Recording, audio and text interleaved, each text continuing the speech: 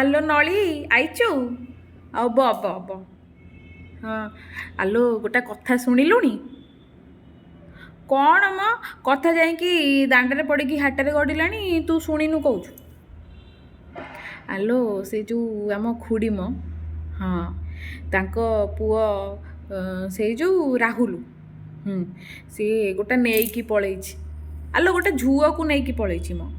ହଁ, କିଏ ଜାଣିବା, କିଏ ଜାଣିଲା ତାଙ୍କ ଭିତରେ କିଏ ପଶୁଛି, ଆଉ କାହାର କାମ ନାହିଁ।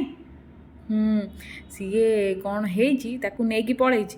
ତାଙ୍କ ଘରେ ଓଇନା ଯେଉଁ ମାନେ କଥା କହୁଛନ୍ତି ତାକୁ କୁଆଡ଼େ ଘରେ ପୁରେଇବେନି। ହଁ ବା, କିଏ ଜାତି ନାହିଁ ଅଜାତି କାହାକୁ ନେଇକି ଆଇଛି ତାକୁ କାହିଁ ଘରେ ପୁରେଇବେ? ହଁ, ଆମେ ପୁଣି ହେଇ ବାହା ହେଇଛୁ ନା ନାହିଁ? ଆମେ କ'ଣ କାହାକୁ ନେଇକି ପଳେଇଛୁ? ଆମ ଦୁଆରା ସେଗୁରା ହବନି, ଆମେ ଶିଖିନୁ ସେଗୁରା। ଆମେ ପୁଣି ହେଇ ଏବେ ବାହା ହେଇଛୁ ନା ଆମେ କେଉଁ ଅମଳର ଲୋକ କି? ଆମେ ବା ହେଇ ତମରି ସାଙ୍ଗର। ତମେ ଆମଠୁ 3-4 ବର୍ଷ ସାନ ହବ।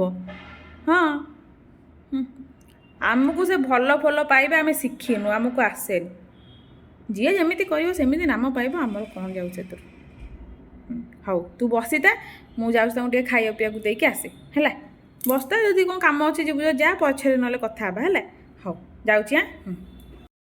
ଆମକୁ ଆସେନି ଆଉ ଆମ 14 ପୁରୁଷରେ ବି ଏମିତି କେହି କରିବେନି ବୋଲି କହୁଥିବା ଲୋକମାନେ 2020 ପାଖାପାଖି।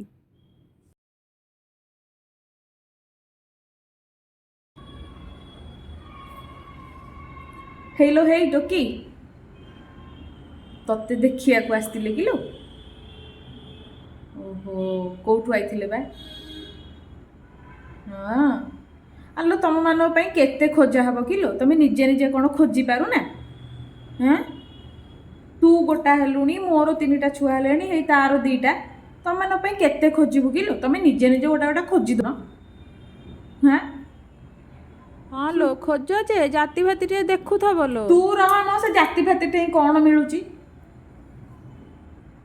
ଜାତି ଭାତି ଠେଇଁ ଆଜିକାଲି ଆଉ କିଛି ନାହିଁ। ଯାହା ତମକୁ ମିଳୁଛି ଗୋଟେ ଭଲ ପିଲା ଦେଖିକି ଭଲ ପା, ଚଏସ୍ କର, ବାହା ହୁଅ ହେଲା। ମୁଁ ତ ଏଇଆ କହୁଛି।